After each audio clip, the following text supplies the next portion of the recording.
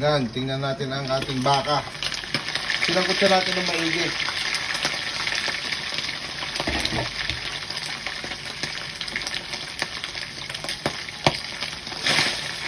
Ano? Ang ganda ng pagkakasakot siya. Lakas mo ng apoy.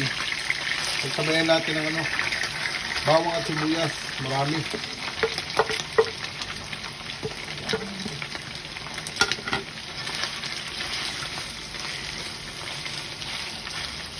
Dito yung pagkakasakot siya. Tapos may ano tayo, may nilagay na pinakuluang kaldo ng baka.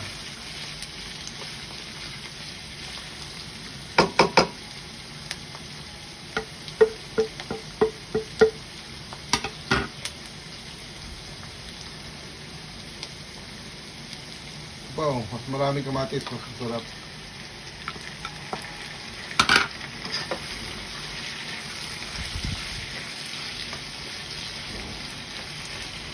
Ito lang.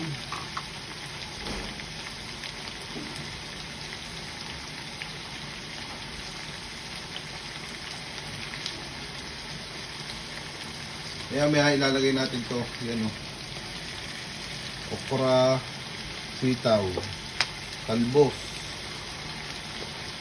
Doon lang yan, nakaabang lang.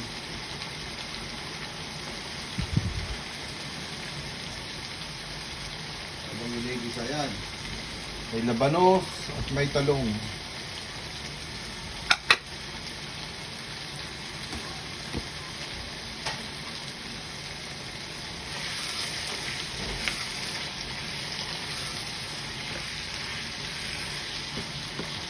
Ngayon lang tayo napagluto nito.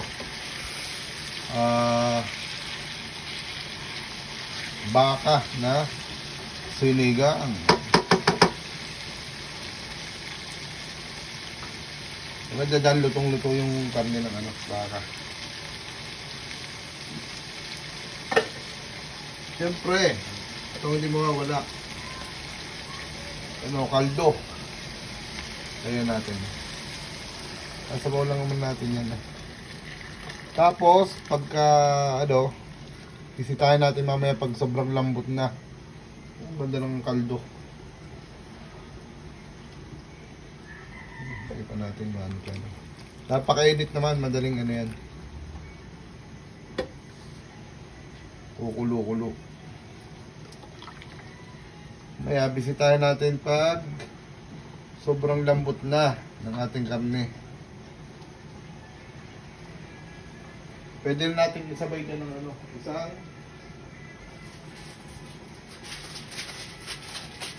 sinigang.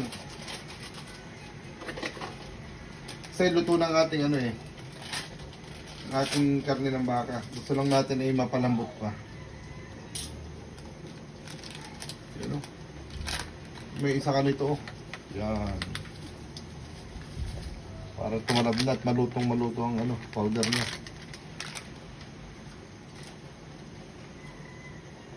Ayan na lang natin lalagyan ng ibang timpla pa.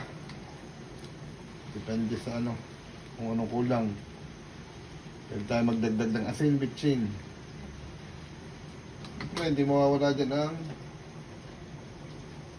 iba hindi naglalagay nito sinigang, pero kami lagi naglalagay paminta para maganda yung ano, tumalab na yung lasa niya. Lagyan din natin ng konting asin. Yun oh.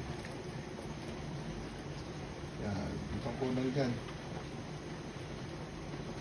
Bitchin lang naman yan. Ano? Siguradong napakalasa ng sabaw nito. Lalo na pag nilagay ang mga ano pa, sangkap na gulay. Talong. Pakita sa inyo mamaya pagdato na. Yan. Labanos. May talbos. Sitaw at ano, okra. Takluban muna natin para maluto na. Templado na yan. Yung